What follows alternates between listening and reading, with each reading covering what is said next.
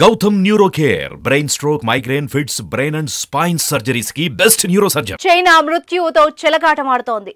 యావత్ ప్రపంచాన్ని గడగడలాడించి కోట్లాది మంది ప్రాణాలు హరించిన కరోనాను కనిపెట్టింది చైనానే అన్న అపవాదు ఇప్పటికే ఉంది.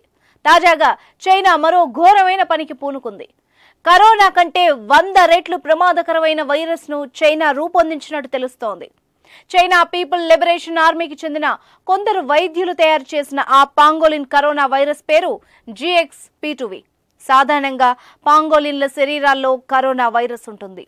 అలా 2017లో మలేషియన్ పాంగోలిన్లలో గుర్తించిన GX2017 ఉత్పరివర్తనం నుంచి ఈ కొత్త రకాన్ని చైనా పరిశోధకులు తయారు చేశారు. అది ఎంత ప్రమాదకరమైన వైరస్ అంటే ప్రయోగశాలలోని ఎలుకలకు 100% ప్రాణాంతకంగా పరిణమిస్తున్నట్టు అక్కడి పత్రికలు కొన్ని ప్రచురించాయి. ఆ నివేదిక ప్రకారం ప్రయోగశాలలోని 4 ఎలుకలకు ఈ వైరస్ ను ఎక్కించిన 5 రోజుల్లో విపరీతమైన మార్పులు చోటు చేసుకున్నాయి. వేగంగా బరువు తగ్గిపోవడం, కళ్ళు తెల్లగా మారిపోవడం వంటి లక్షణాలు కనిపించాయి. 4 ఎలుకలు ఆ వైరస్ ను ఎక్కించిన 8 రోజుల్లోగా చనిపోయాయి.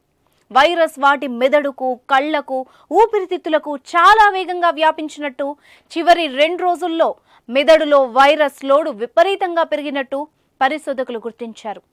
ఆ వైరస్ మనుషులకు అంతే ప్రమాదకరమని, దురదృష్టవశాత్తు ఆ వైరస్ ల్యాబ్ నుంచి బయటపడి మనుషులకు సోకడం మొదలైతే మానవ జాతి మనుగడే ప్రమాదంలో పడుతుందన్న ఆందోళన వ్యక్తమవుతోంది. కరోనా నుంచి ఇప్పుడిప్పుడే కోలుకొని కాస్త కుదుట పడుతున్న ప్రజలకు ఈ వార్త మరింత కలవరపెడుతోంది. ఆ వైరస్ గనక బయటకొస్తే ఇంకా ఎన్ని అనర్థాలు చూడాల్సి వస్తుందో.